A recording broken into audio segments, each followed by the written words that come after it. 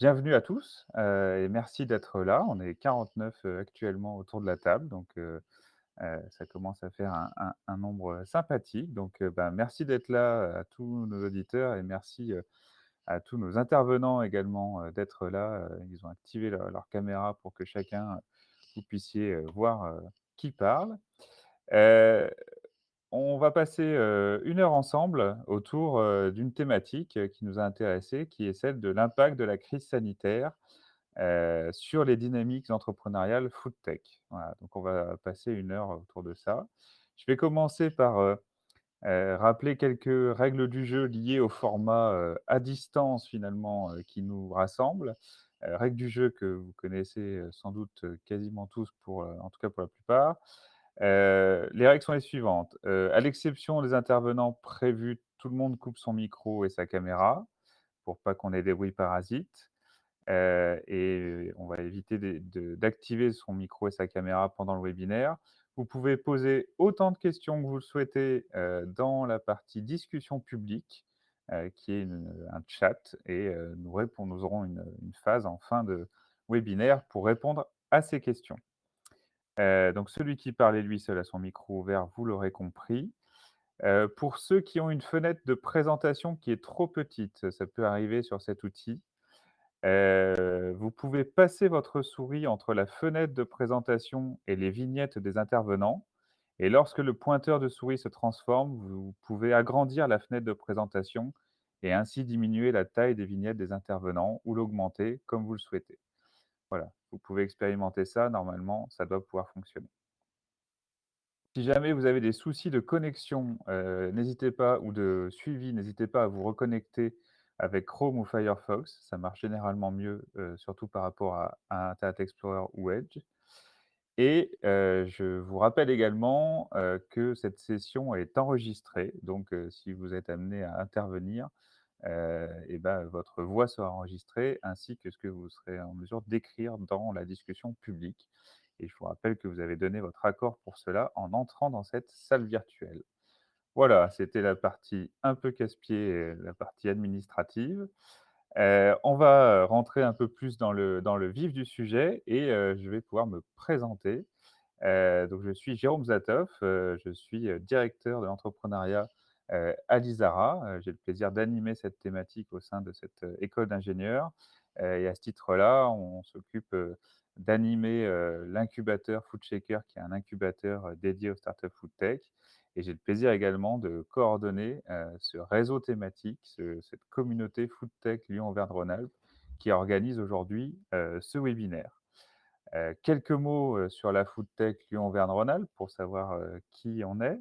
On est une communauté de 30 acteurs, de 30 partenaires qui sont représentés sur ces slides que vous voyez là, qui joignent en fait, la filière, food, la filière alimentation, avec des entreprises, des pôles, des clusters, des animateurs de filière, des centres de compétences et un écosystème entrepreneurial qui regroupe des incubateurs, des accélérateurs, des financeurs, qui sont amenés à accompagner, des startups food tech, et on a cherché à faire du lien entre tout ce monde-là pour que, il y ait davantage de startups qui puissent bénéficier de davantage de compétences qui peuvent être présentes justement dans cette filière alimentation et dans cet écosystème entrepreneurial. Donc notre mission principale, c'est d'aider à développer, des startups en ouvrant des portes et en mettant à disposition des compétences. Pour cela, on a 3 types d'événements, des apéros food tech, des événements conviviaux un peu compliqués à organiser dans cette période, mais on en a fait un au mois de septembre entre les 2 confinements, des rendez-vous B2B qu'on a appelés des B2B for Startup et des open sessions qui sont des sessions dédiées à la rencontre avec une entreprise en particulier. Et Dominique Pelat a le plaisir de nous accompagner, cette communauté de 30 partenaires, en tant que coordinatrice opérationnelle et d'animer cette communauté. Voilà, j'en dis pas beaucoup plus, sur cette communauté, foodtech, Lyon-Ora, pour passer, au webinaire à proprement parler. Et du coup, comment ça va se dérouler? Ça va se dérouler en plusieurs temps. Le premier temps, c'est la présentation d'une étude qui a été commanditée par, notre communauté foodtech auprès de 3 étudiants, de l'ISARA qui sont avec nous, autour de la table. Donc, Olivia Carbone, Loïc Néret et Sariel Magne. Est-ce que vous pouvez vous présenter en quelques mots, tous les 3, s'il vous plaît? Bonjour, donc moi c'est Olivia Carbone, je suis on termine les études d'ingénieur agronome, moi je viens de Toulouse et donc j'ai passé mon dernier semestre d'études à l'ISARA à Lyon pour me spécialiser dans tout ce qui est un petit peu gouvernance des territoires, voilà. Et donc c'est là que j'ai rencontré Sariel et Loïc. Oui, et donc voilà, donc moi c'est Sariel Magne. Donc pareil, dans cette dernière année, dans ce dernier jour à l'ISARA. Donc voilà, ce travail sur la foodtech a été très intéressant. Donc on espère pouvoir vous le partager de la meilleure façon possible. Et puis du coup, moi, Loïc Néret, je suis à l'ISARA depuis la première année. Et puis, comme Sariel et Olivia, j'ai hâte de vous présenter l'étude qu'on a menée, qui a été commanditée par la Foodtech. Voilà. Très bien. Merci, à tous les 3. Donc il va y avoir cette phase de présentation de l'étude et puis après on enchaînera sur 2 témoignages de start-up qui vont, je pense, nous donner beaucoup de concret. On va être galant, on va demander d'abord à Alexia de se présenter et juste en quelques mots, qui es-tu? Et puis tu auras l'occasion de présenter ta start-up dans un second temps. Oui, donc moi, Alexia, je suis cofondatrice de Popot Duck, le cooking planner qui optimise la cuisine au quotidien. Voilà. Très bien, merci Alexia. Et Rémi? Alors il faut te démuter, voilà. Eh bien, nous ne t'entendons pas Rémi. Non. Je pense qu'il faut que tu te déconnectes et que tu te reconnectes. Quitte l'audio en appuyant sur le téléphone et reviens-nous, je suis sûr que ça devrait fonctionner.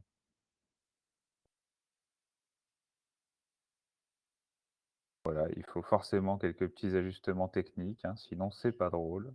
On a beau tout préparer, tout caler, des fois on a des surprises. Et bah, du coup, le temps de laisser Rémi revenir, je vais, du coup, donner la parole, à Mathieu pour qu'il puisse se présenter puisque Mathieu témoignera dans une dernière phase, enfin avant-dernière plus exactement, avant les questions, et donc pour nous vous aider à prendre un peu de hauteur. Mathieu? Oui, bonjour. Déjà, bonjour à tous et merci à Jérôme, à Dominique pour l'organisation de ce webinaire. En 2 mots, donc je m'appelle Mathieu et je suis le cofondateur d'une, on va dire, agence de conseil qui s'appelle Digital Food Lab. Et pour résumer en 2 mots, notre métier, c'est de regarder ce qui se passe dans cet écosystème de la food tech et de répondre en effet aux questions plutôt des grands groupes et ponctuellement des startups. Très bien. Merci Mathieu. Rémi, est-ce qu'on Oui, t'entend mieux? c'est bon là, vous m'entendez? C'est Parfait. bon, parfait. Donc, Rémi Ado, je suis cofondateur de Dealer de Cook, entreprise d'événementiel culinaire, et donc cuisinier de formation et entrepreneur dans la restauration et l'art culinaire. Parfait. Très bien. Merci, merci à vous tous, d'être autour de la table. Et du coup, on terminera, ce sera la dernière phase, de ce webinaire, par, des questions. Donc je vous invite, une nouvelle fois au fil du webinaire à poser vos questions dans la partie discussion publique. On relèvera les questions et puis on pourra tenter d'y répondre, dans la toute dernière phase. Voilà, assez parlé de mon côté, je vais passer la parole à Olivia, Loïc et Sariel, pour un rendu de leurs études, enfin de leur étude. Donc à vous, je vous laisse la parole, et je vous propose du coup de déconnecter, pour, ceux qui ne parlent pas ou qui ne parlent plus, les caméras qu'on laisse en grand, les orateurs. À vous. Merci. Donc, bonjour à tous. On va vous présenter notre étude qui a été commanditée par la Foodtech. Et du coup, c'était une étude qui vise à faire un état des lieux des startups dans l'après-Covid, dans l'après-Covid-19. Et notre étude, en fait, elle vise à faire le constat des différents impacts de la crise sur les startups, de l'ensemble de la chaîne de valeur, ainsi que leurs réponses face à la Covid-19. Donc, comment est-ce qu'ils ont été impactés et comment est-ce qu'ils se sont adaptés pour faire face au confinement et puis poursuivre leur activité. Donc, on va vous présenter cette étude en différents points. Je vais tout d'abord présenter une méthodologie, la méthodologie qu'on a suivie pour mener cette étude. Ensuite, Olivia va vous présenter les constats de l'impact de la crise sanitaire sur les startups, ainsi que leurs réponses directes face au confinement. Donc, c'est voilà, comment est-ce qu'elles se sont adaptées à très court terme. Ensuite, Sariel vous présentera les changements de stratégie sur le long terme que les startups ont mis en place, ainsi que leur vision du futur, comment est-ce qu'elles se voient et comment est-ce qu'elles se projettent d'ici à 2 ans. Voilà. Et puis enfin, je conclurai la présentation à la fin de la présentation. Donc au niveau de la méthodologie, on a réalisé 24 entretiens qualitatifs avec les startups du réseau FoodTech, qui duraient à peu près une demi-heure chacun. Et donc pour une meilleure représentativité de l'ensemble des startups, on a interrogé des startups de l'ensemble de la chaîne de valeur, donc des startups de la production, de la transformation, de la distribution, de la consommation et des technologies providers, comme vous pouvez voir sur le petit schéma là qui est sur la slide. Et donc, juste un petit point de précision pour la présentation, on va préserver la confidentialité des échanges avec les startups, donc on va garder l'anonymat au cours de la présentation. Donc, on peut commencer. Donc, quand on a posé la question aux startups, pouvez-vous nous décrire les impacts de la crise sur votre startup? On a constaté 4 types de réactions différentes. La première, c'est un arrêt complet de l'activité, sans pour autant que l'entreprise fasse faillite, mais en tout cas, son activité est arrêtée complètement. Ensuite, d'autres startups ont subi un retard ou un ralentissement dans leur activité. D'autres startups, une stagnation, et d'autres, une accélération de l'activité. Et face à ces 4 réactions, elles ont mis en place des réponses directes à court terme qui sont de 6 natures différentes, avec deux réponses directes prioritaires qui sont la diversification de l'activité et la digitalisation. Olivia vous en parlera un peu plus en détail juste après. Et puis il y a également eu d'autres types de réponses directes, comme par exemple le repositionnement de l'offre, la préparation du futur, l'optimisation de l'exécution et sinon aucun changement pour certaines startups. Donc voilà, je vais laisser la parole à Olivia pour vous détailler un peu plus ces points-là.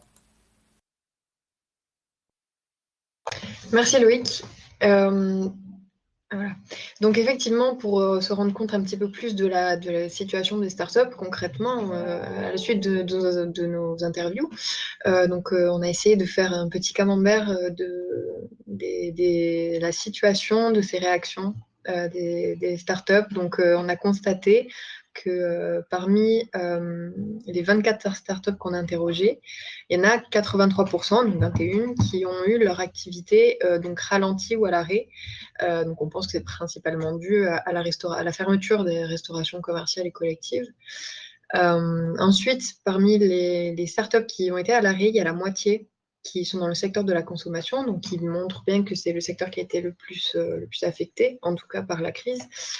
Et ensuite, ceux qui connaissent un retard, il y en a un peu plus de la moitié aussi de toutes les startups qu'on a interrogées. Et qui, elles, par contre, sont réparties sur l'ensemble de la chaîne de valeur, donc que ce soit de la production jusqu'à la consommation avec la tech provider. Et enfin, il y a une startup en tech provider qui a pu accélérer son activité, donc qui est Baguette Academy. Et donc ça a été grâce principalement à la digitalisation qui est déjà présente en fait dans leur activité. Voilà pour la situation des startups. Donc ensuite, on a voulu un petit peu se rendre compte de comment est-ce que c'est traduit en fait traduit les différentes réactions face à la crise pour faire face justement au principal enjeu qui a été la perte de chiffre d'affaires. Et donc parmi les réactions que Loïc a pu vous énoncer juste avant, donc on a principalement donc la digitalisation. Jusqu'à l'optimisation de l'exécution, la diversification, préparation du futur, repositionnement de l'offre. Donc, pour ce qui est de la digitalisation, en fait, pourquoi est-ce que les startups se sont mis à digitaliser leur activité? Tout simplement puisque l'absence de contact social physique a été là. Et donc, en fait, ça s'est traduit par la mise en place de commerce en ligne avec des e-boutiques, des e-commerce, aussi l'optimisation de leur application. L'amélioration de la communication, notamment à travers des médias et les réseaux sociaux, et aussi l'utilisation de plateformes de visioconférence. Mais ça, c'est plus en interne, entre les membres des startups, entre l'équipe. Et donc, pour illustrer ça, on a l'exemple d'Ari & Co, qui est une des startups totem de la food tech, Et donc là, par exemple, on voit bien le développement au niveau de la communication. Donc là, c'est un exemple de publication qu'ils ont fait sur LinkedIn sur leurs engagements, les messages par rapport au Covid, les manières de produire des producteurs avec lesquels ils travaillent. Voilà. Donc c'est un exemple. Ensuite, donc, pour revenir sur les réactions, on a la diversification.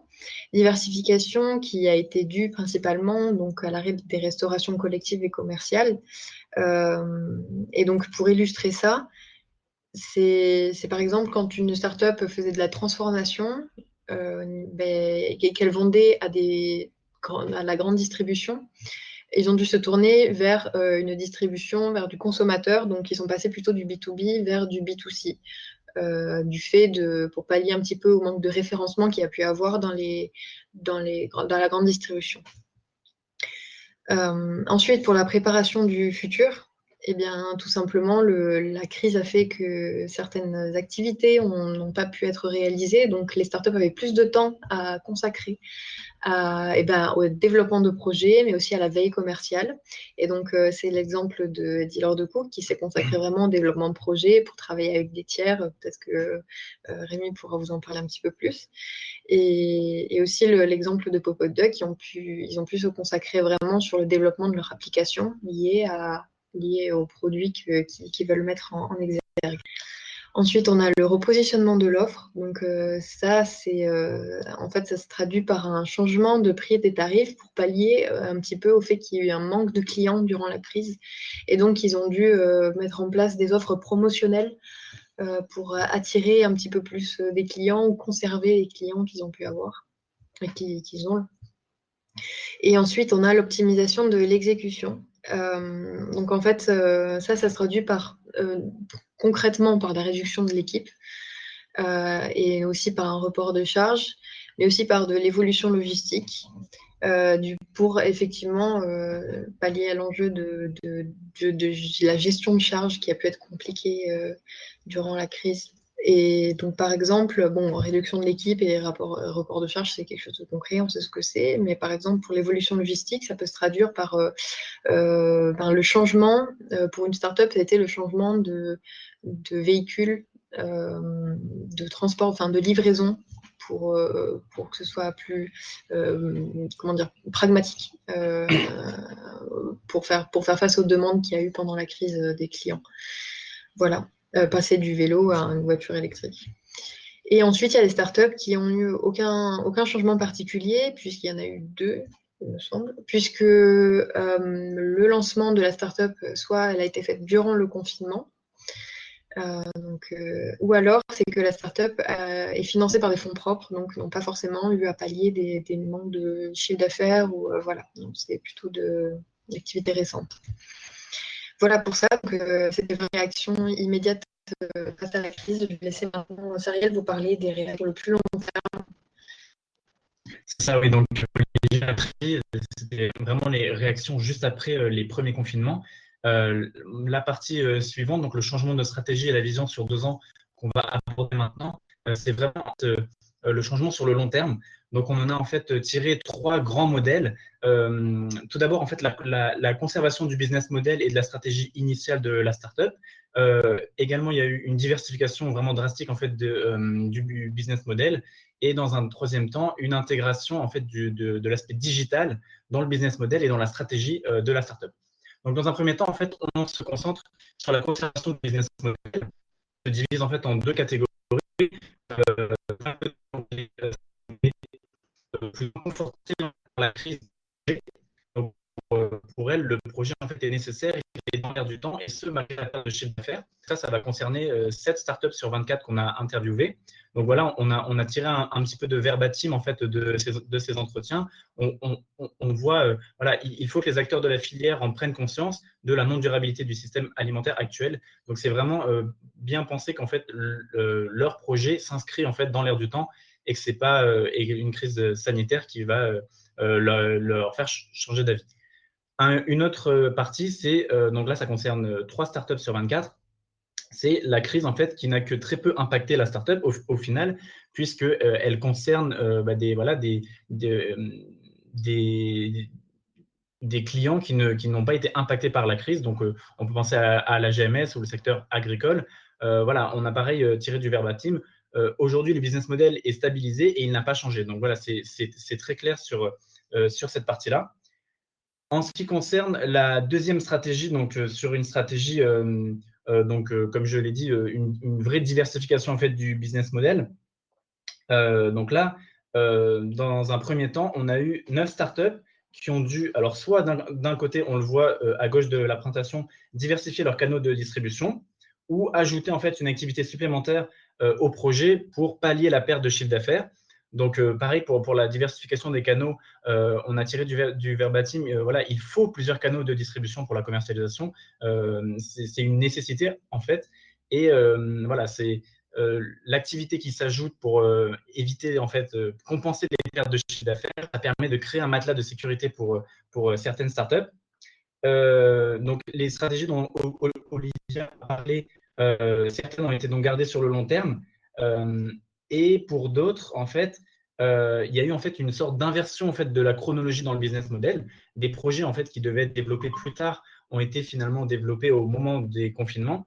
Voilà, on le voit également avec des citations. Voilà, c'est une stratégie temporaire de développer l'application plutôt que l'outil physique qui était prévu. Le digital était prévu, mais simplement pas maintenant. Et une autre donc, une petite catégorie donc, dans cette diversification du business model, c'est des startups en fait, qui ont décidé de restreindre plus ou moins leur aire géographique ou voilà, d'essayer de concentrer leurs efforts sur un territoire pour assurer quelque part du chiffre d'affaires. La troisième et dernière stratégie qu'on a notée, c'est vraiment l'intégration en fait, dans le business model. Donc, en fait, voilà, c'est exactement ça. Vous n'avez pas déjà un service digital. Ils ont profité en fait de cette crise sanitaire pour développer ce secteur-là, puisque finalement, c'était le seul outil qui était encore disponible et qui pouvait exploiter. Donc voilà, donc ça permet en fait déjà d'anticiper de nouvelles crises et ensuite de se positionner en fait sur un créneau d'avenir pour la suite. On le voit, il y a donc un des entrepreneurs qui nous dit « Les gens n'ont pas encore compris que digitaliser, c'est un vrai métier, mais le digital va prendre, c'est certain. On a développé notre outil digital, 3 briques se sont ajoutées sur l'application. Donc, on voit bien qu'il y a eu en fait une veille sur le digital et une augmentation en fait, de son utilisation. Dans un second temps, on a voulu voir la vision en fait, sur 2 ans des startups. Comment est-ce qu'elle se voyait dans quelques années. Et donc, on a pris comme moyenne 2 ans. Donc, on le voit sur ce tableau, la majorité en fait, des startups sont plutôt optimistes et confiantes. Donc, ça concerne 16 startups sur 24. Donc, c'est assez intéressant. On voit que ça concerne également tous les secteurs de la chaîne de valeur, donc que ce soit en production, en transformation ou en distribution, en consommation. Et même en tech provider, on voit voilà, pareil des exemples qui sont tirés. Il y a une volonté d'être un acteur incontournable et d'exploser les compteurs en consommation, par exemple, ou en production, d'être en pleine croissance et d'avoir un développement important. Une plus petite partie a vraiment une vision qu'on a catégorisée en fait neutre. C'est une vision qui est assez floue, en fait, ils ont un manque de recul au moment où on les a interviewés sur la situation pour se projeter. Voilà, c'est difficile de se projeter dans l'actuel des choses, dans la technologie provider. Et voilà, un cas a été plutôt pessimiste puisque pour lui, c'était un peu plus compliqué. Mais on voit quand même que dans l'ensemble, c'est des réactions, des projections sur l'avenir qui sont plutôt positives. Donc voilà, ça c'était sur les changements de stratégie long terme et la vision sur 2 ans. Je vais laisser maintenant la parole à Loïc pour aborder en fait quelques points de conclusion. Merci Sariel. Du coup, voilà, pour conclure, pour notre analyse, on a pu établir plusieurs constats. Tout d'abord, c'est que les startups du réseau FoodTech ont vraiment souffert de la crise du Covid-19 parce que 83% des startups interrogées ont eu leur activité qui a été ralentie ou l'activité qui a été à l'arrêt. Et on peut également noter qu'il y a eu seulement une startup qui a pu accélérer son activité. Et donc, voilà, on voit vraiment que les startups du réseau ont subi la crise de plein fouet. Ensuite, deuxième constat qu'on peut faire, c'est que les réponses directes à cette crise ont été de 2 natures principales. La première, c'est la digitalisation qui est due à l'absence de contact social et l'absence de contact physique. Les entreprises ont dû s'adapter et faire de la digitalisation. Et la deuxième réponse directe à cette crise, c'est la diversification des canaux de distribution qui est due à l'arrêt des restaurations collectives et commerciales. Elles ont dû s'adapter pour tout simplement pouvoir vendre leurs produits. Et puis enfin, dernier constat qu'on a pu faire, c'est que la majorité des startups avaient une projection positive pour l'avenir, malgré le fait qu'elles aient subi la crise de plein fouet. Quand on les a interrogées, on a vu qu'elles se voyaient en pleine croissance, elles se voyaient confiantes et être un acteur incontournable d'ici à 2 ans. Donc on voit qu'elles restent en majorité très positives quant à l'avenir et qu'elles voient leur activité repartir avec une belle dynamique après la crise sanitaire. Voilà. Merci beaucoup pour votre écoute. On va laisser maintenant la parole à Jérôme.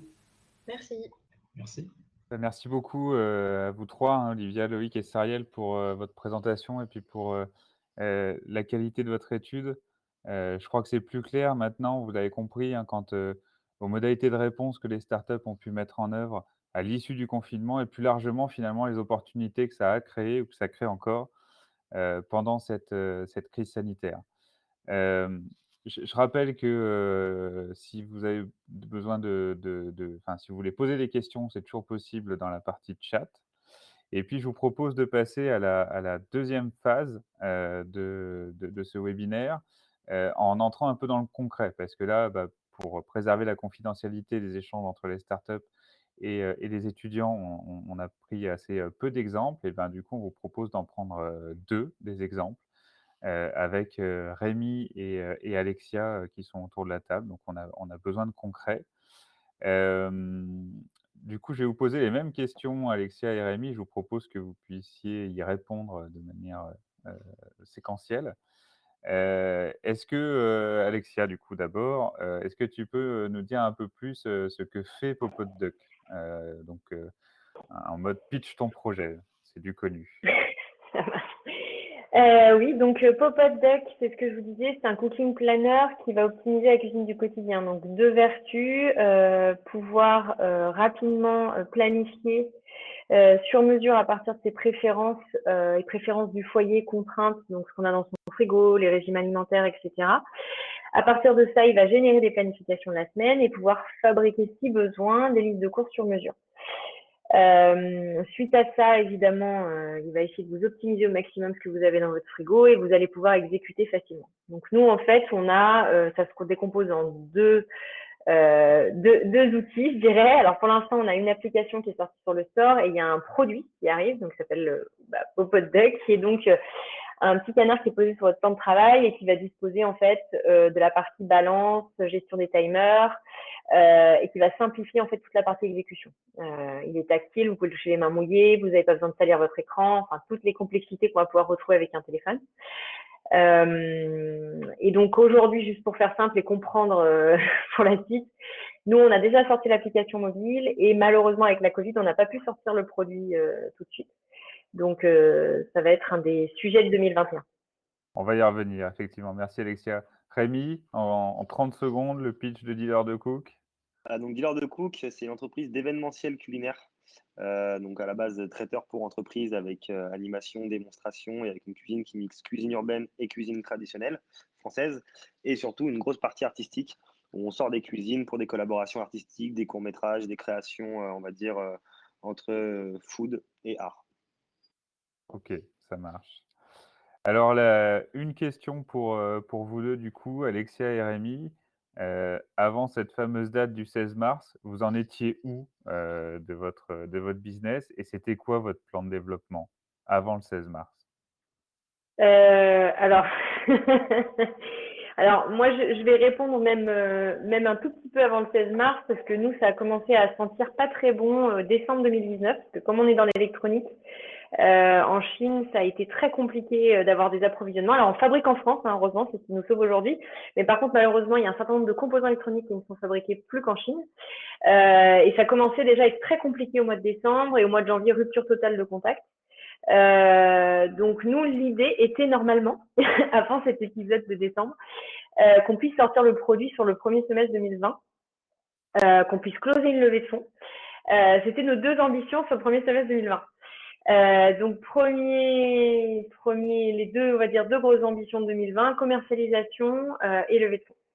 Voilà, j'en dis pas plus et j'expliquerai après la suite. Ok, Et, merci Alexia. ouais. Et pour nous, vu que ça faisait 4 ans et demi qu'on avait la boîte et qu'on développait bien et que la partie traiteur en fait était vraiment solide et qu'on commençait à recruter, 2020 était vraiment l'année pour nous en fait de développement. On allait créer de nouveaux projets, on voulait ouvrir de nouveaux lieux, on allait ouvrir des lieux et développer de nouveaux projets hors notre partie vraiment on va dire, stable, de la partie événementielle qui était devenue notre vache à lait en fait. Et ça nous permettait enfin d'avoir les fonds pour ouvrir de nouveaux projets. Et pareil, j'en garde un peu pour la suite. Mais du coup, voilà, c'était vraiment Ok, l'année de développement, la maturité entre guillemets et les investissements. ça marche. Donc le lancement pour Alexia, à proprement parler, et pour Amy, c'était s'ancrer finalement sur son marché solidement. Et donc 16 mars, on verrouille tout pendant quelques semaines. Vous avez entendu le rendu des étudiants. Je pense que vous vous identifiez bien et on vous aviez même identifié dans les réactions types. Est-ce que vous pouvez nous expliquer ce qui s'est passé pour vous à partir de ce moment-là? Comment vous avez réagi à court terme et en nous donnant du concret finalement sur le périmètre de vos business respectifs?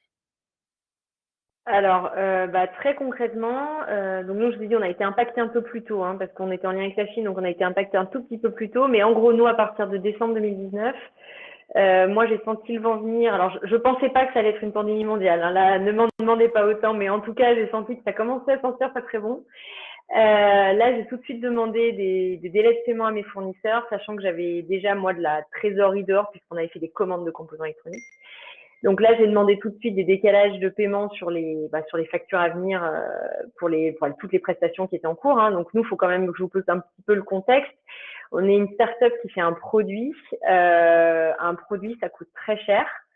Déjà à sortir, avant même de le faire évoluer.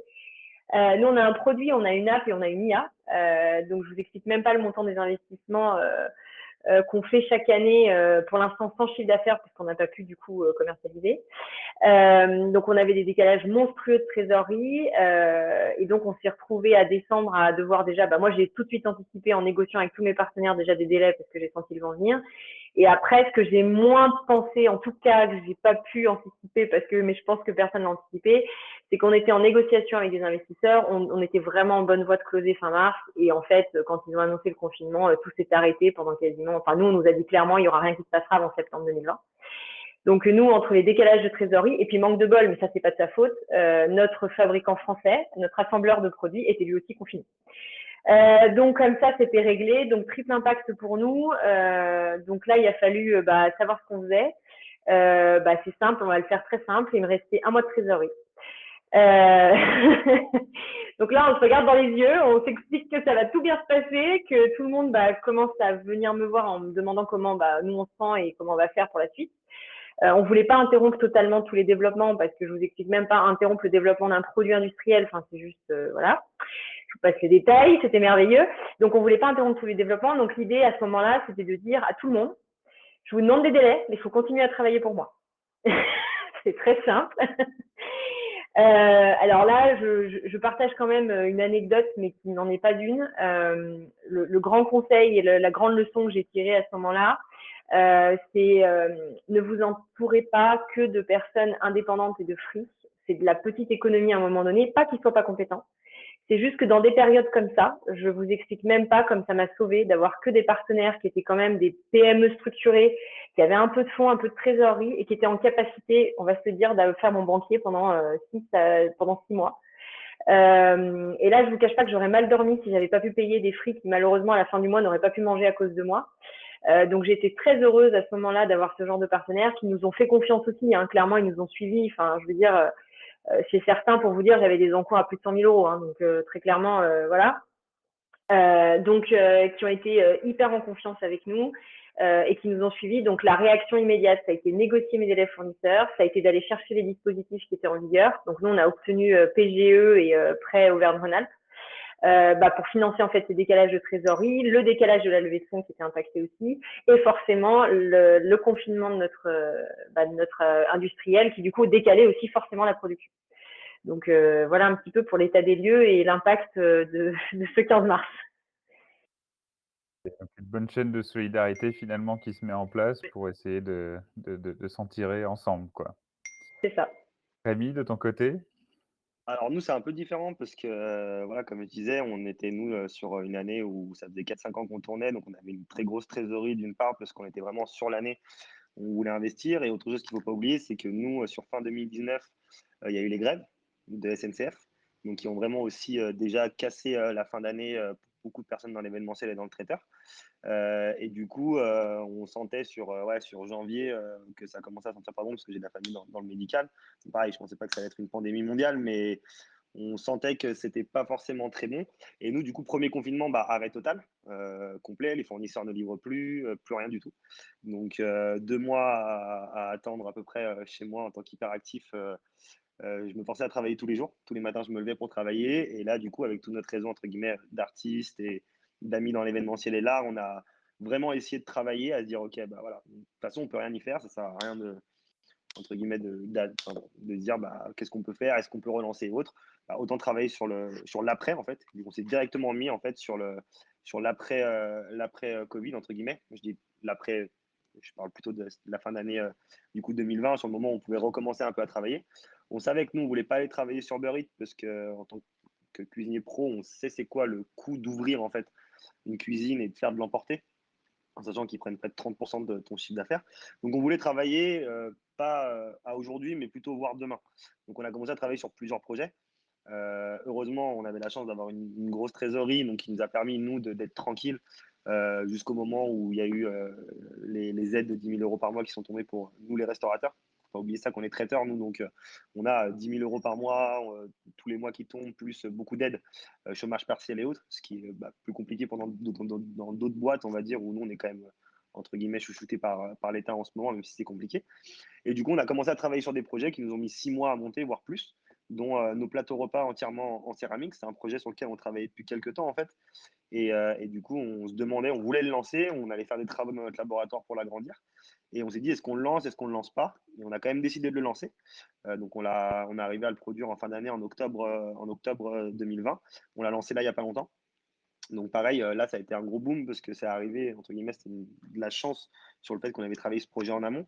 Mais là, on l'a lancé depuis 2 mois et du coup, ça marche très bien, ça se lance bien, mais ça ne remplace pas, bien sûr, le chiffre d'affaires qu'on peut faire en événementiel. Et on a adapté notre façon de travailler, c'est-à-dire que là, on développe, entre guillemets, donc la formule triptyque, qui est nos plateaux repas artisanaux, qui nous permet de faire de l'événementiel. Et c'était quelque chose de crucial pour nous d'investir, en fait, en septembre, au moment où tout le monde attendait et que l'événementiel était au plus bas et que les traiteurs ne travaillaient pas. Nous, on a décidé d'investir, on a refait notre site internet, on a investi sur les triptyques, on a investi sur notre nouveau projet digital qui s'appelle Culture Food, qui est un projet de valorisation des artisans à travers différents canaux de communication. Donc un podcast, une vidéo, un reportage photo et un blog en partenariat avec Uber Eats.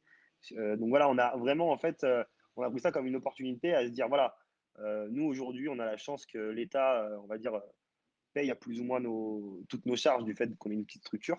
Et ben, autant voir le lendemain et investir sur des nouveaux concepts. Et du coup, on a investi. La région nous a suivis en nous subventionnant certains projets et produits. Et du coup, on était plus sur le fait, voilà, moi je suis parti du fait clair en disant, toutes les boîtes d'événementiel ne font rien aujourd'hui. Elles attendent en fait de pouvoir faire soit des webinaires, mais voilà, c'est pas leur fond d'activité. Et les boîtes de communication qui sont dans le tourisme et autres, elles attendent et du coup, ce qu'elles font, elles vont retravailler leur logistique, elles vont retravailler sur des choses dont elles n'avaient pas le temps de faire avant, revoir leurs partenaires, leur organisation, choses comme ça. Et nous, vu que c'était l'année de développement, on s'est dit, vas-y, on va communiquer. Donc, on les a contactés, on a développé de nouveaux projets et on a été plus ou moins, entre guillemets, pas les seuls, mais la plupart sont mis uniquement sur Uber Eats et à faire de l'emporter. Nous, on a vraiment voulu continuer à communiquer sur notre cœur d'activité qui était l'événementiel.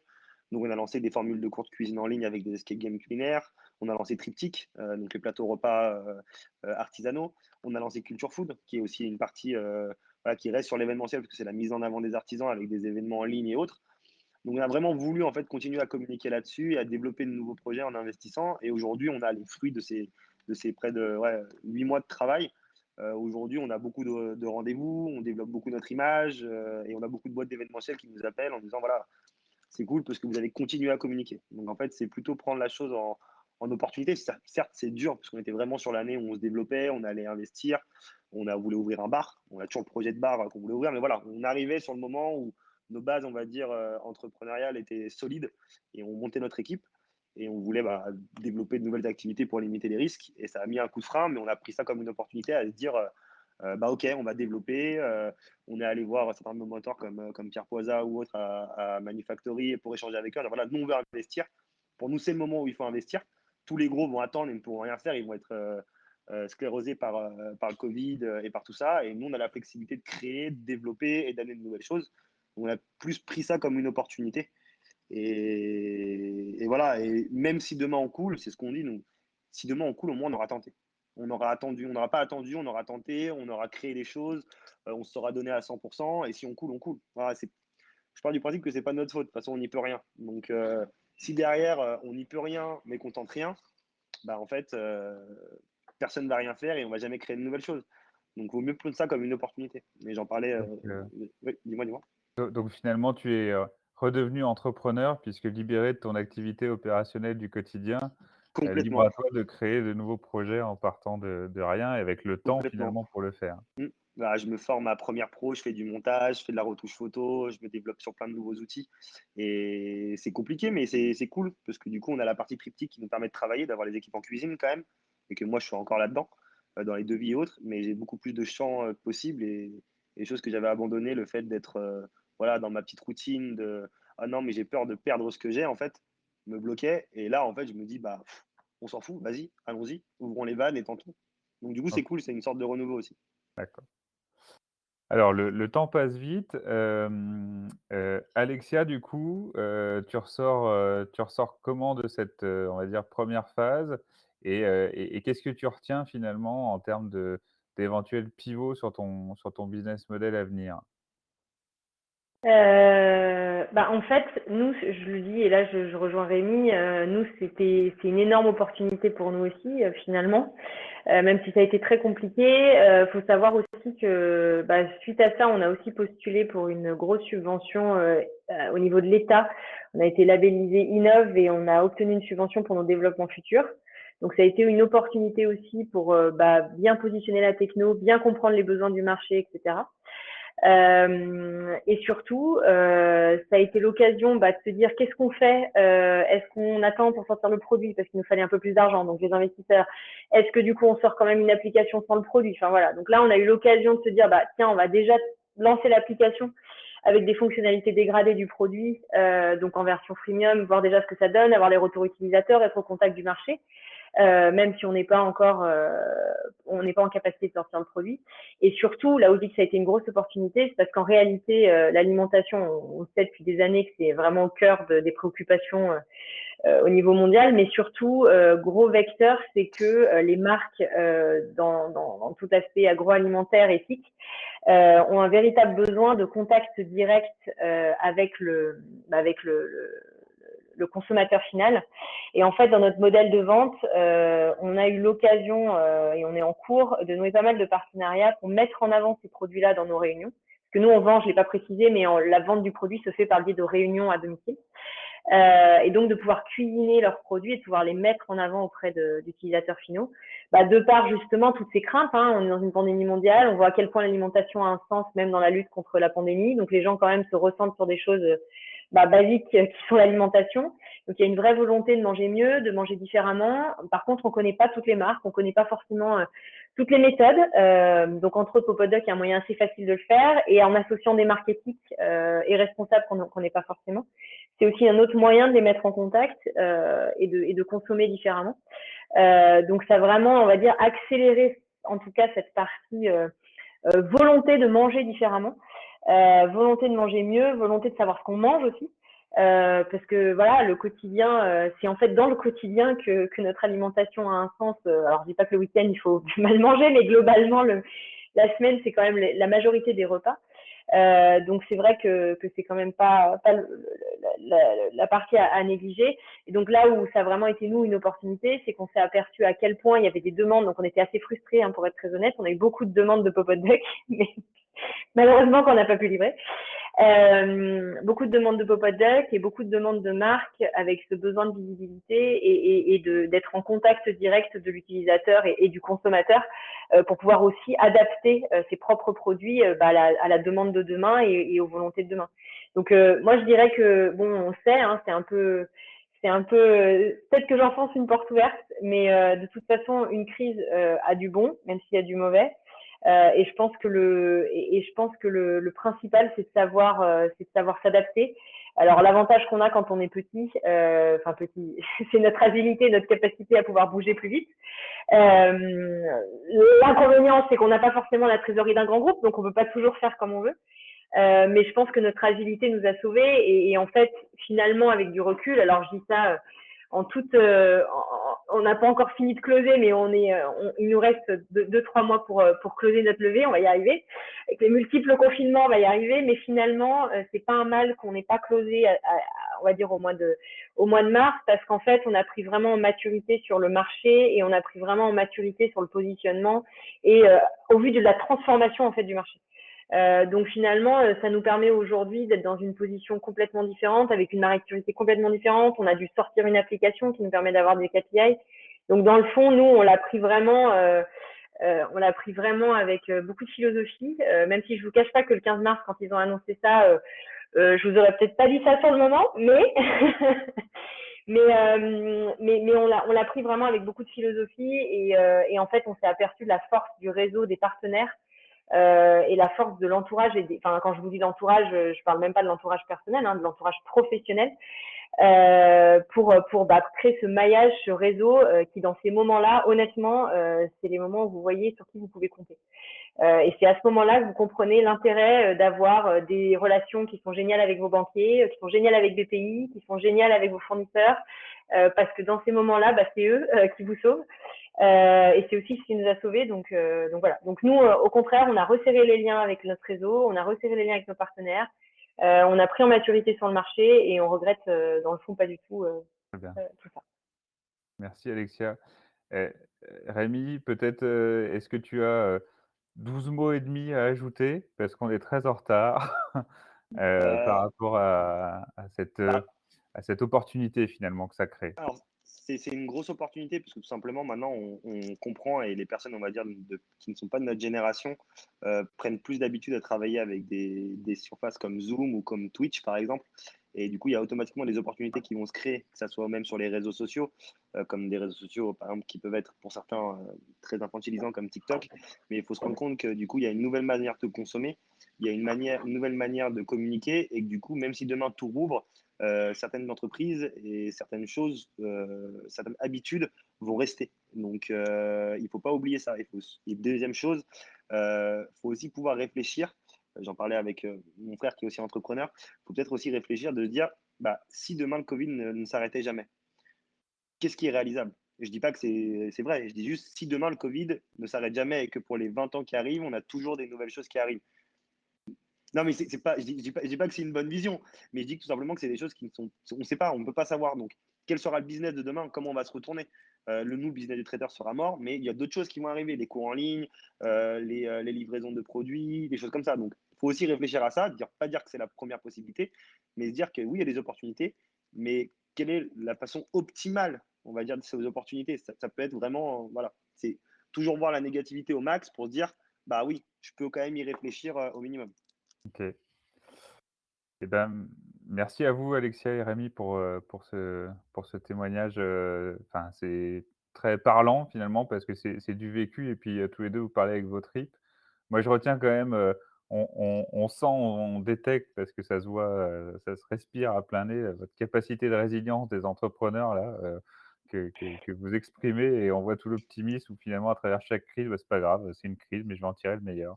Donc bravo pour ça en tout cas. Chapeau. Merci. Merci pour ce Ensemble, témoignage bien en tout sûr. cas. De rien. On va essayer de tenir un tout petit peu le timing. On s'était donné jusqu'à 18h30, donc Mathieu, si tu peux allumer ta caméra, je me tourne vers toi. Tu as entendu le rendu de l'étude, le témoignage de nos 2 entrepreneurs. Bon, ben, ça sentait le vécu effectivement. Qu'est-ce que ça t'inspire, toi, à chaud, en te posant cette question aussi, c'est, essayer de te reprojeter dans, des situations qui t'ont pu, peut-être remonter également. Est-ce qu'il y a des choses qui t'interpellent, des choses qui t'étonnent, des choses avec lesquelles tu es pas en accord, des choses au contraire, tu es hyper en accord? Qu'est-ce que ça t'inspire? J'allais dire, alors c'est des exemples, en effet, personnels. Enfin, c'est des cas de 2 entrepreneurs et plus largement sur l'étude précédente, c'est intéressant. Mais c'est vrai que c'est probablement lié à la catégories de startups qui vont être présentes dans l'écosystème. Mais c'est vrai qu'en général, quand on me demande quelle a été la conséquence du Covid pour l'écosystème de la foodtech, ma conclusion, du coup, c'est pas les 83% pour qui ça a été une difficulté, c'est 90%, je pense, de l'écosystème pour qui ça a été une chance extraordinaire, à court, moyen ou long terme. En effet, il y a des startups qui ont un peu souffert au début, mais finalement, c'est quand même une chance extraordinaire. Pour l'écosystème de manière générale, on commence tout juste à le voir, mais il y a énormément de personnes, j'allais dire tout simplement, qui se sont retrouvées coincées chez elles et qui se sont dit qu'elles allaient commencer à travailler sur un projet. Donc, on commence à voir des choses qui en sortent et qui sont plutôt très positives. Et puis ensuite, sur l'écosystème d'acteurs déjà présents, il y a des choses qui ont été accélérées, mais à une vitesse impressionnante. Toutes les startups qui sont dans la réinvention de la distribution, elles ont réalisé leur business plan de 2025. Et pourtant, on sait que d'habitude, une startup a rarement tendance à réaliser son business plan de l'année. Donc là, on a vu des chiffres mais incroyables. On a vu des accélérations de tendance. On a vu des boîtes qui étaient coincées depuis des années, qui n'arrivaient pas à avoir d'autorisation pour faire de l'expérimentation sur des robots. La pouf, d'un coup, on peut se mettre à mettre des drones dans tous les sens, toutes les autorisations sont lâchées, etc. Donc, sur plein de secteurs, même sur l'agriculture cellulaire, par exemple, on pourrait penser que c'est super loin du Covid, mais pourtant, Bravo, la crise a eu un impact incroyable. Donc on s'est autorisé à penser, différemment, finalement. C'est ce que tu dis? Oui, ça, et ça a aussi eu un impact super intéressant parce que, en fait, des acteurs, notamment les industriels, qui étaient un peu réticents, notamment à regarder les startups, à se rapprocher d'elles, vont beaucoup plus vite maintenant dans le fait de se dire qu'il faut acquérir, il faut accélérer l'écosystème. Donc, ça a deux conséquences. Le flux d'argent vers l'écosystème foodtech, avant, c'était quelques fonds spécialisés. Maintenant, c'est tous les fonds généralistes qui se disent « Mon Dieu, c'est le nouvel Eldorado ». Donc, on voit des valorisations qui sont déraisonnables dans certains cas. Donc, il y a vraiment ça. Et puis, par exemple, voir Nestlé qui rachète des startups 1,5 milliard aux États-Unis, plusieurs centaines de millions au UK, juste pour se rapprocher du consommateur final, on se dit « Ah, vraiment, il y a des changements profonds qui sont, mais qui étaient déjà visibles. » Je pense que cette crise, c'est comme le fait qu'on fasse un webinar. Ça existait le webinar, ça commençait. C'est juste un accélérateur incroyable. Ouais, OK. Et du coup, ça va faire sortir, quel type de projet ça en 2021? Tu disais que, les gens ont commencé à réfléchir en 2020, pendant le premier confinement et puis ce bébé, il va grandir, progressivement. Du coup, en 2021, c'est quoi les nouveaux projets qui vont sortir de ça? Alors, il y a ce qui va sortir du confinement et c'est toujours difficile parce qu'il y a ce que j'ai envie de voir et ce que je vois. Et c'est dur de ne pas confondre les deux. Mais un premier point, évidemment, assez naturellement, beaucoup de startups produits, notamment en Europe et en France. Donc, le lancement de nouveaux produits alimentaires, alors parfois pas très, je ne sais pas si c'est pas le bon mot, mais pas très ambitieux, et parfois quand même des choses vraiment radicales avec de l'ambition et beaucoup de technologie.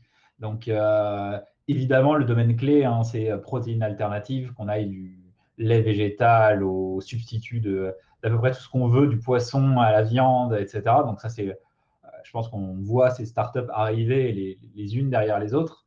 Et puis, ensuite, on voit beaucoup de choses autour de la distribution. Ça, par contre, c'est un autre type d'entrepreneur. C'est des gens, en général, qui ont un peu de background, qui sortent déjà d'une première aventure ou d'une grosse boîte et qui ont une capacité à lever tout de suite pas mal d'argent. Mais on commence à avoir des projets qui se montent qui sont vraiment, vraiment intéressants. Et le troisième point, c'est un peu sur la restauration, c'est évidemment tous les gens qui lancent des dark kitchens. Ça, je dois avoir un dossier par semaine et on en voit partout à Lyon, Paris, Bordeaux, Lille, voilà, et tous les modèles économiques possibles. Et en même temps, ça manquait. Oui, Et, oui, pendant ce temps, c'est toujours c'est ma grande théorie, c'est-à-dire que l'Europe est souvent en retard et la France encore plus sur cet écosystème par rapport aux États-Unis. C'est comme un ressort qui était tendu et là, on voit plein de choses qui étaient en retard de 4, 5, 6 ans et pouf, qui arrivent tout d'un coup. Donc, c'est juste un rattrapage finalement. Alors justement, tu me tends la perche, Mathieu, merci pour ça. On est plusieurs pays européens et pas qu'européens à être touchés par la crise, mais disons que parmi, les pays européens, on fait partie des pays qui sont les plus touchés par la crise. Est-ce que du coup, tu anticipes un ralentissement relatif? Parce que j'entends qu'il y a quand même une accélération, de la consolidation finalement d'un écosystème foodtech français. Mais est-ce que ça va plus ou moins vite par rapport à d'autres pays d'Europe et à d'autres pays du monde, en termes de foodtech? C'est-à-dire que le problème, c'est quand on regarde des investissements cumulés, il y a des choses qui lèvent naturellement plus d'argent, c'est tout ce qui est autour des cloud kitchen et de la livraison de courses, tout simplement parce qu'il y a une logistique derrière qui coûte simplement cher et que ça lève beaucoup d'argent. Et ces startups-là sont quand même relativement absentes en France. C'est-à-dire qu'il n'y en a pas de grosses, donc on n'a pas de levée très significative. On en a en Suisse, en Italie, en Suède, aux Pays-Bas, à peu près partout, mais pas en France. Donc ça, c'est un manque spécifique. L'entrepreneur de distribution, c'est-à-dire l'épicier start-upper, bon, il y en a, hein. Il y a, par exemple, la Belle Vie à Paris, on a eu quelques-uns, etc. Mais il n'y en a pas beaucoup. Donc ça, c'est ce qui on va dire, limite l'écosystème français spécifiquement. Et ensuite, ce qu'on voit, et c'est un peu la note, on va dire le warning pour les entrepreneurs, c'est que cet afflux d'argent, le fait qu'on commence à avoir pas mal d'entrepreneurs qui ont fait des exits ou du cash-out, fait qu'il y a de l'expérience dans l'écosystème. Et donc, le niveau d'exigence pour arriver à une levée de fonds, il a quand même sacrément monté en 3-4 ans. Donc maintenant, quelqu'un qui dit oui, j'ai un petit PowerPoint sympathique, mais je ferai rien si j'ai pas 1 million. Bon, ça c'est caricatural, mais non, ça ne marche plus du tout, quoi. Et surtout, ce qui est pire, c'est les gens qui ont fait des petites choses, mais ils ont vendu 3 cacahuètes et demi. Bon, et c'est un peu moche et ça marche pas. Voilà. Ça, par contre, ça passe plus du tout. Donc des plus gros projets à l'avenir. Il y a une demande aussi, parce qu'il y a des valorisations qui montent, etc. Il y a une demande pour de l'ambition. Et comme toujours, c'est un peu caricatural de dire ça, mais l'argent appelle l'argent. Donc les valorisations et les levées se concentrent aussi quand même sur des projets de qualité. Donc il y a une demande quand même de plus en plus de qualité parce qu'on voit des projets jeunes, mais qui ont été bien accompagnés, qui ont été bien gérés, qui ont franchi toutes les bonnes étapes et qui sont les mêmes en early stage avec soit pour des produits avec des bonnes ventes, avec déjà plusieurs canaux de distribution, etc. Et à côté, bon, les projets moins bien gérés, on se dit, bon, voilà, si je fais un choix, je sais où je vais, sur quoi je vais parier. C'est logique. Ok, merci Mathieu pour cette prise de hauteur. Il est 18h32, on va peut-être se prendre juste quelques minutes pour pas finir trop tard, peut-être à 35, 36. Autour des questions, Dominique, est-ce qu'on a une question? Je crois qu'on en a au moins une qui est arrivée. Oui, bonjour. Alors oui, on a une question de... Vous m'entendez? Oui. Oui, une question de Maha qui rebondit par rapport à la présentation des étudiants en disant finalement, on voit que 83% des startups sont impactées négativement et pourtant, elles restent très positives. C'était la conclusion des étudiants. Alors pourquoi en fait? Quels sont les facteurs de cette positivité? Est-ce que c'est parce qu'elles sont bien accompagnées? Est-ce que c'est parce qu'elles ont des bonnes relations avec leurs banques ou leurs fournisseurs ou avec leurs clients? Ou parce qu'elles étaient finalement bien en ligne avec les nouvelles valeurs des consommateurs? Voilà, d'où vient ce côté très, très optimiste des startups qui sont pourtant très affectées par cette crise? On va laisser Olivia, Sariel et Loïc, nous répondre parce qu'ils ont été en contact avec ces entrepreneurs. Alors oui, la réponse qu'on peut donner à ça, je pense que ça a été assez bien mis en fait en exemple avec Alexia et Rémi. C'est qu'il n'y a pas eu en fait, enfin, la plupart n'étaient pas dans une réaction attentiste en fait à attendre que la crise passe et à voir comment ça allait se passer après. Euh, Chacun a pu essayer de trouver des solutions en fait avec le développement du digital, comme on a pu en parler. Et du coup, je pense que ça a permis de voir qu'il y avait d'autres possibilités et du coup d'être assez optimiste en fait sur les prochains mois. Après, effectivement, des bonnes relations, c'est ressorti un petit peu, mais ce n'était pas la majorité. Je pense que Alexia en a parlé un petit peu, mais également les partenaires et les clients qui ont pu être fidèles et puis là, en fait, quand ça allait pas forcément. Et voilà, ouais, après que ce soit aligné avec les valeurs des consommateurs d'aujourd'hui, je pense que c'est peut-être un petit peu tôt pour le dire parce que c'est vrai qu'avec la crise sanitaire, on a vu une certaine émergence de la part des consommateurs à prendre conscience un petit peu, à consommer intelligemment, entre guillemets. Mais voilà, je pense que vraiment cette positivité, elle vient du dynamisme et de l'activité et de la réactivité des startups. Je ne sais pas si Alexia ou Rémi, vous êtes d'accord avec ce que je viens de dire, mais Je suis assez d'accord et je pense qu'il y a un autre truc dont Jérôme a dit tout à l'heure, c'est qu'en fait, toutes nos barrières et toutes nos craintes ont explosé en fait. C'est-à-dire qu'avant, on était, enfin, pour moi, je parle, ça faisait 4 ans, on était dans notre routine, on avait notre salaire, ça tournait, on avait des événements, donc on s'était assis un petit peu dans un trône, on était tranquille. Et du coup, on disait, ouais, investir, mais il y a des risques en fait. Et en fait, du coup, vu que tout a explosé, on est redevenu plus ou moins, entre guillemets, l'entrepreneur qu'on pouvait être il y a 4 5 ans quand on a commencé. Et du coup, on s'est dit, bah, allons-y, quoi. Créons. De toute façon, on n'a plus aucune, il n'y a plus de barrière, il n'y a plus rien. Donc, ce que disait Jérôme, c'est on a Il re-eu y a envie il y a plus de d'entreprendre, en fait. choix. Il y a Voilà, plus ça, de il n'y avait choix. plus le choix. Et on a re-eu envie d'entreprendre, en fait. Et moi, c'est vraiment comme ça que je le vis en ce moment. C'est que je retrouve des sensations que je pouvais y avoir il y a 4 5 ans, quand on a commencé le projet, et que les gens disent, ah, c'est cool et tout. Et du coup, je pense que c'est aussi une nouvelle vision, je pense, dans l'entrepreneuriat où on sera plus capable de prendre des risques par la suite.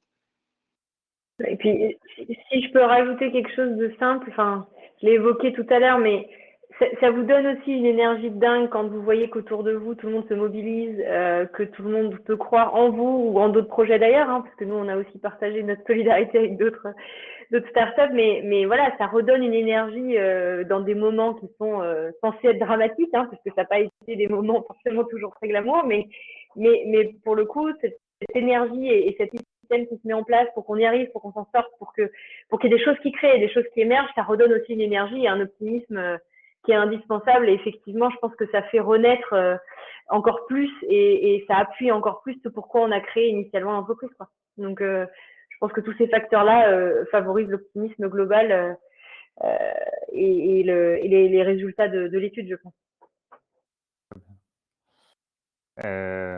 Merci à vous pour la réponse à cette question. Je propose, j'ai vu une autre question arriver, mais je vois aussi des personnes partir, donc on va essayer de tenir le timing. Il est 18h36. Moi, je retiens quand même quelques mots ultra clés. C'est que dans l'ensemble, vous nous avez mis la pêche là, tout le monde. C'est-à-dire que, dans cette ambiance un peu morose, on a parlé d'optimisme, de bonne humeur, de résilience, de chance extraordinaire, de projet d'avenir. Waouh, ça fait du bien en fait, voilà. Donc on va en faire plus souvent des webinaires comme ça pour se redonner une pêche collective. Hem et du coup, j'ai quelques remerciements à faire. D'abord, à Olivia, Loïc et Sariel pour votre travail. Ce que vous avez fait, c'est vraiment de la super qualité et je crois que vous y avez pris du plaisir et c'est chouette aussi. Donc, bravo à vous et bravo pour, cette posture professionnelle. Finalisez bien votre cursus. Alexia et Rémi, le jour où on a un coup de blues, on vous appelle. Pas de souci. Voilà. A priori, vous êtes en mesure de redonner la pêche à beaucoup de monde. Donc, merci pour ça et puis vos témoignages avaient beaucoup de sens, c'était top. Mathieu, merci pour ton éclairage, toujours pointu et pertinent. Et on va vivre pas mal de choses à l'échelle de l'écosystème. Et je suis sûr qu'on aura d'autres occasions de te faire témoigner et d'échanger entre nous. Merci Dominique, qu'on a entendu tout à l'heure pour ton organisation toujours au top de l'efficacité. Voilà. Et pour un premier webinaire, c'était un très beau succès. Je remercie également les startups qui ont ouvert leurs portes à nos étudiants pour ces enquêtes-là, parce les étudiants étaient très bien reçus et vous avez passé du temps, sachant que vous aviez d'autres choses à faire. Ça a été illustré aussi. Michel, Karima et Steven pour le backup Isara et Perrine pour le tutorat également de ce groupe d'étudiants. Et puis nos 30 partenaires de cette communauté FoodTech. On vous donne rendez-vous. La prochaine étape, c'est le 25 mars. On est en train d'organiser des rendez-vous B2B, les B2B for Startup. On fera sans doute à distance en fonction des conditions sanitaires qui seront à ce moment-là, mais en tout cas, c'est quelque chose qu'on veut maintenir. Et pour ne pas rater toutes les modalités pour participer à ces B2Bs, scannez le QR code qui est là ou tapez FoodTech Lyon-Rat sur LinkedIn et vous retrouverez en l'occurrence notre compte qui sera là. Merci de nous avoir suivis. Et merci aussi à vous, Jérôme, Ouais. pour votre accompagnement, votre attention et l'organisation de tout ça. Ouais, on voulait vraiment vous remercier, Jérôme, Dominique et même Perrine qui était là. Donc voilà. Merci beaucoup. C'est très gentil. Merci à tous. Et donc, excellente soirée à tout le monde et prenez bien soin de vous. Merci. À très bientôt. Au revoir. Merci Au revoir. beaucoup. Au revoir, merci. Au revoir. Au revoir.